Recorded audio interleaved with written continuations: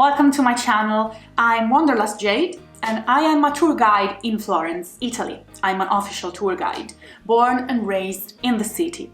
Now, as you probably know, because this video is from April 2020, we are now under quarantine. We have a lockdown and because of the coronavirus, we are all forced to stay home. So being a tour guide, and you know that we like to talk a lot, we like to meet people, to talk with people, I decided to show you my city, the city of Florence, with a virtual tour of the city center.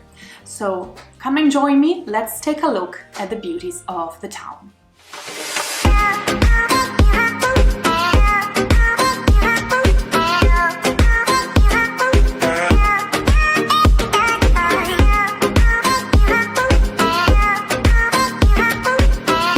So let's take a look first at the city of Florence.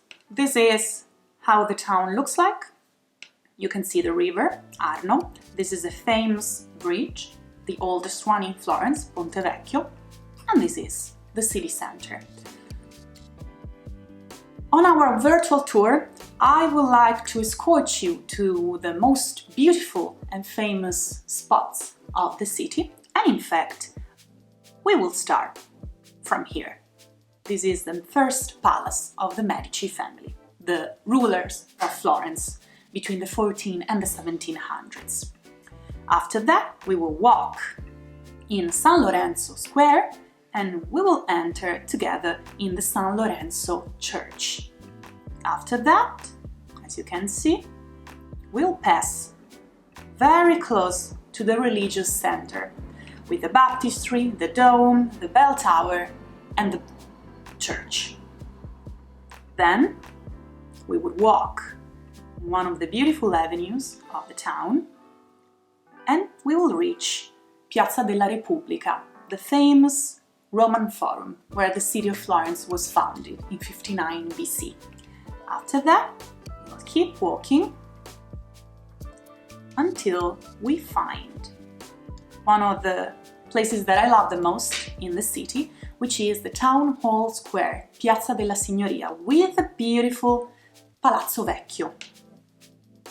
After that, we would walk through the Uffizi Gallery and then a virtual walk on the beautiful Ponte Vecchio. The final destination would be this majestic palace called Palazzo Pitti with Boboli Garden.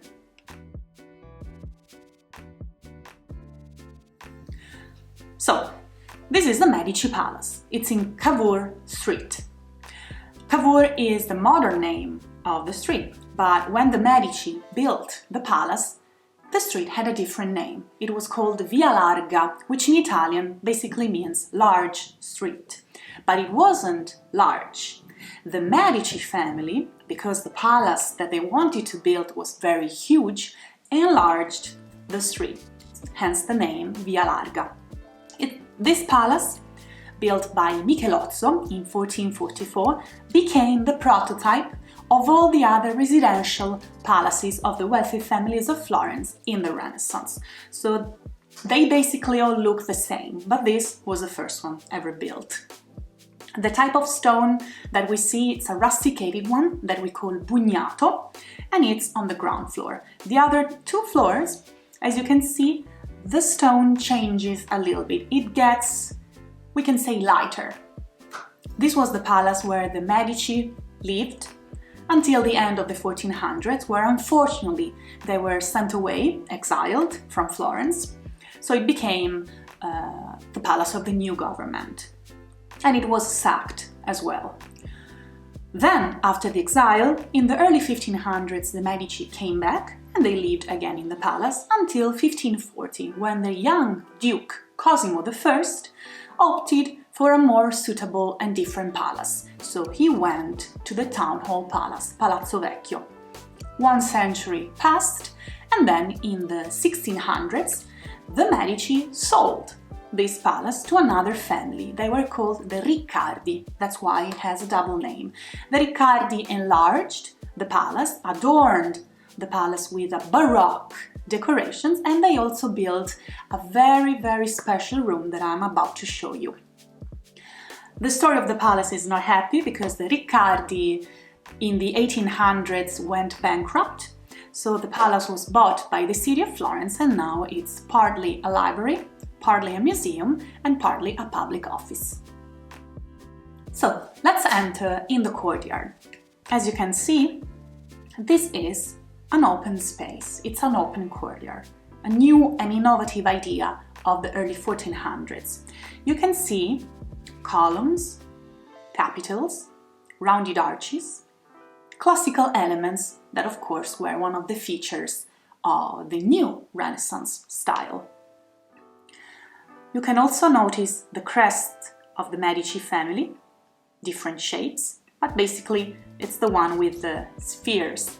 However, we call them the balls of the Medici family. The visit starts from here. This is in fact the stairway that will lead us to perhaps the jewel of the gallery.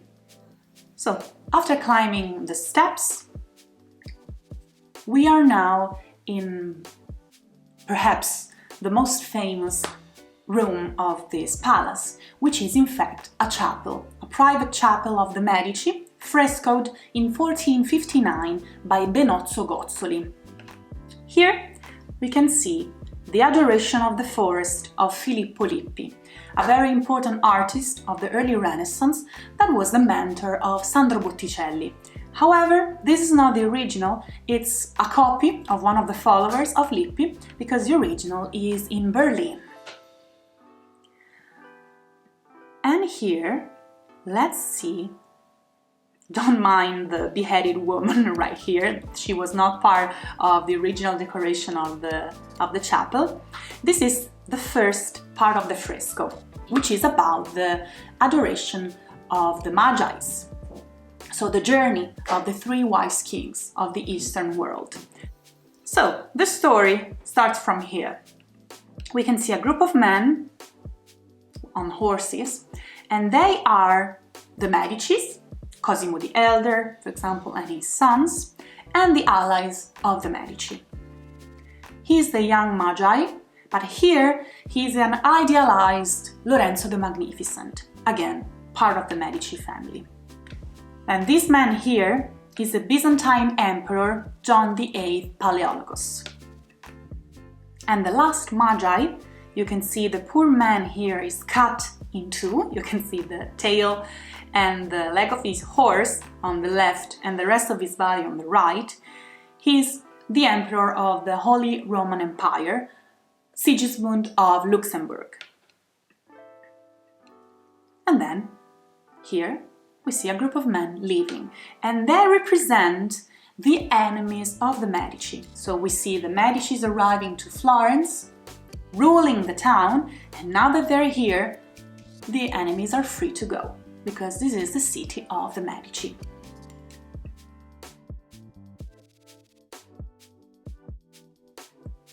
Thanks to the Riccardi family, this stunning room was built. Look at the gorgeous decorations of the mirrors. There are paintings on the mirrors. And these screens, Baroque, in fact, it's from the 1600s. However, the most beautiful, perhaps, part of this room is the ceiling. Take a look at that. This was frescoed by Luca Giordano, and it represents the apotheosis of the Medici family. In fact, we do see the Medicis right here. This is Zeus, and then you see them. We come back to the courtyard and we leave, entering in this beautiful garden with orange trees. It's so nice to be here, for example, in spring with the orange trees blossoming. And then from here, we leave the palace, we turn left, and we head to the next destination. This is San Lorenzo, our second stop. Now, this church is probably the oldest Church of Florence because it was originally built outside the Roman city walls. It was consecrated by the Bishop of Milan, Saint Ambrose, in 393 AD. We have a document about that, so we know that the ancient heart, the ancient structure of the church was from 393. In the 1100s, it had a Romanesque restoration, and then the Medici took part of the third restoration of the church.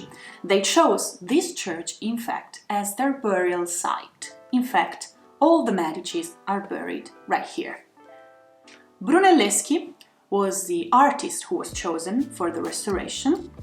He completed his task, but as you can see, the facade was still unfinished. We have to wait for one more century. In the early 1500s, one of the sons of Lorenzo the Magnificent, his name was Giovanni, became Pope.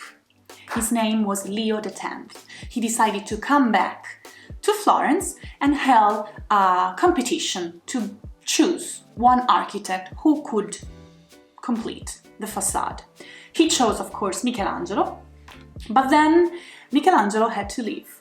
And so this is the result. We have no decoration on the facade.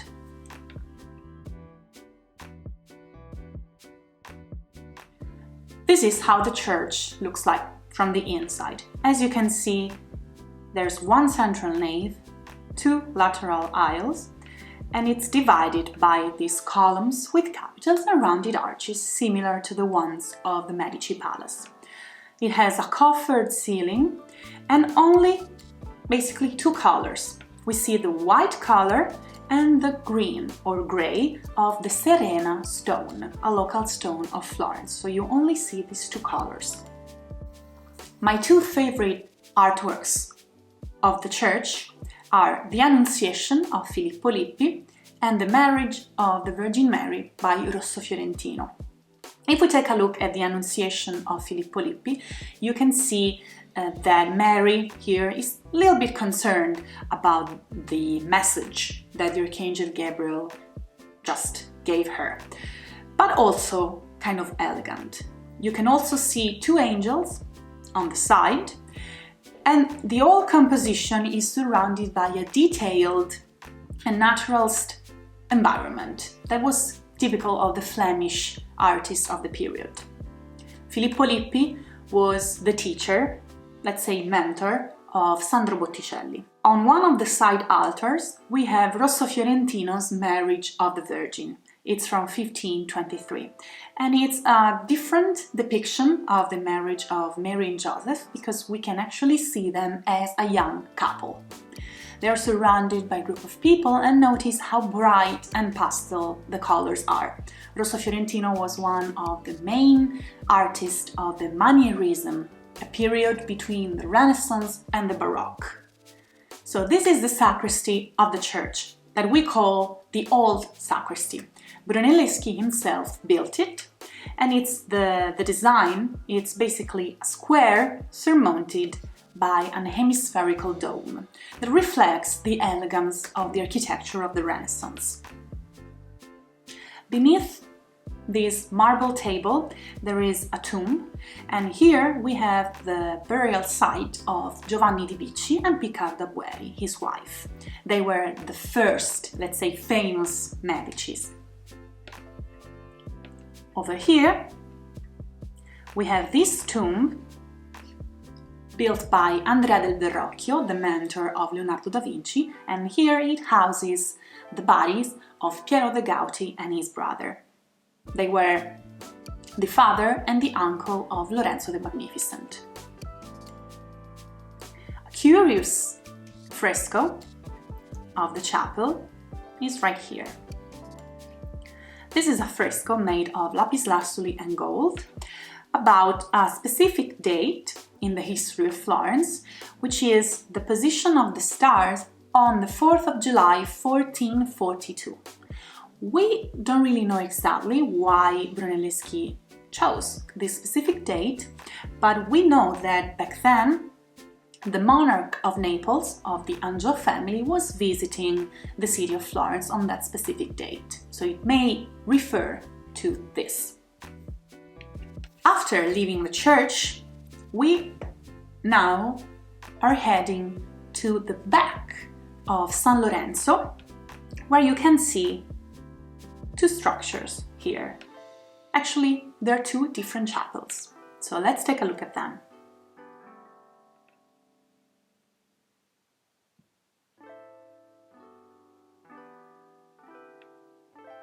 So you can see them right here. Now, we are about to turn left, but if you come to Florence, you really need to go here to the right, where you will enter in the famous area of San Lorenzo leather market. You can see here, they are all selling leather. But it's not time for us to go there. We instead are about to enter in the Medici chapels, that you see right here. And here's the first chapel. We call this the Chapel of the Princes, even though the Medicis were dukes and grand dukes, not princes. This is the entrance. Take a look at how elegant, how full of decoration this place is, and the fact that it's unfinished. This place is shaped like an octagon, which is a geometric figure that we'll encounter later as well. And this was basically a mausoleum to celebrate the dukes of the Medici family. You see them here: Cosimo I, Francesco, there you have Cosimo III on this side, Ferdinand II,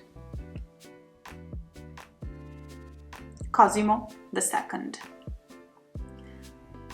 All these decorations are made with semi-precious stones. So you have jasper, alabaster, coral, mother of pearl, lapislazuli, rubies. So you can guess the price of everything. And we can say that actually the construction of this mausoleum drained all the financial resources of the Medicis. The final boost on the construction of this place was given from Anna Maria Luisa, the last Medici, in the early 1700s. Take a look at the beautiful dome as well, with stories of the genesis of Pietro Benvenuti.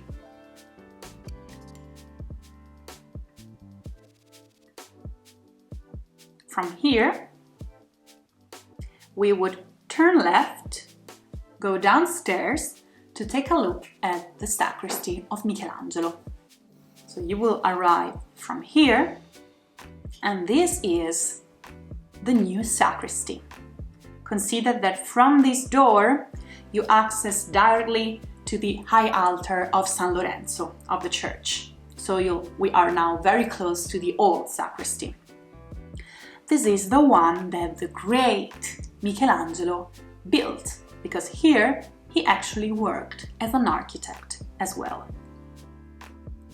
And he was inspired by the structure of the old sacristy, so we see here again the square with the dome and the two colors of the church, the white and the green or gray. Here we have three different burial sites. This is, as you can read, Lorenzo the Magnifico and Giuliano de' Medici. Here you have, in fact, the tombs of the Magnificent and his brother Giuliano. Now, for us, he was Giuliano il Bello, which in English means Giuliano the Handsome. He was the brother of the Magnificent, and he unfortunately was murdered on the day of Easter inside the cathedral, inside the Duomo, of the year 1478. So they are buried here. It was the wish of one of the sons of the Magnifico, the Pope, Leo X, to have a different burial site for his father and his uncle. So you see them here. Michelangelo's work is the Virgin Mary with baby Jesus. Look how strong and muscular is baby Jesus, and the twisting of his body. That was one of the main features of Michelangelo's statuary. Then the two men that you see here are the saints Cosma and Damianus, protectors of the Medici, but they were realized by two pupils, let's say two students of Michelangelo, though they are not his work. So other works of Michelangelo are right here. This is the tomb of Lorenzo, Duke of Urbino, and we can see here two allegoric figures. You have dusk and dawn, so they represent the phases of time. However, my favorite statue here is the depiction of night.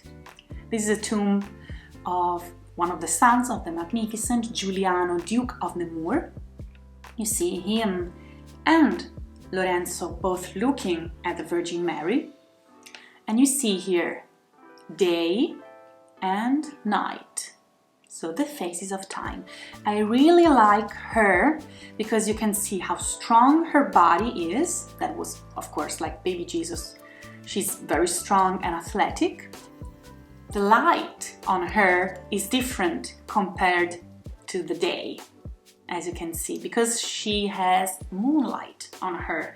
She looks shinier and more polished. And because she's the night, we can see the attributes of the night on her.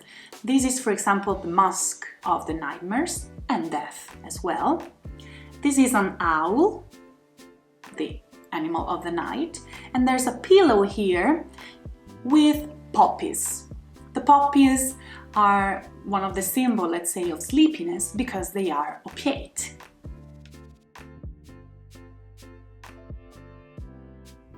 Alright guys, I hope you enjoyed the part 1 of our virtual tour of the city center of Florence with the Palazzo Medici, Medici Palace, and the San Lorenzo Basilica with its chapels. Now, we haven't finished yet. We still have 2 more videos to continue with our tour. We have to see the Duomo complex, the religious center, the Republic Square, the Roman Forum, the political center, and then on the bridge and in the Oltrarno neighborhood with Palazzo Pitti. So stay tuned and let's see you in the next video. And don't forget to please subscribe and bear with me, this was my absolute first video on YouTube. It probably took like 4 days of editing, so please, if you like it, share it, leave me a thumbs up, and I'll see you in the next video.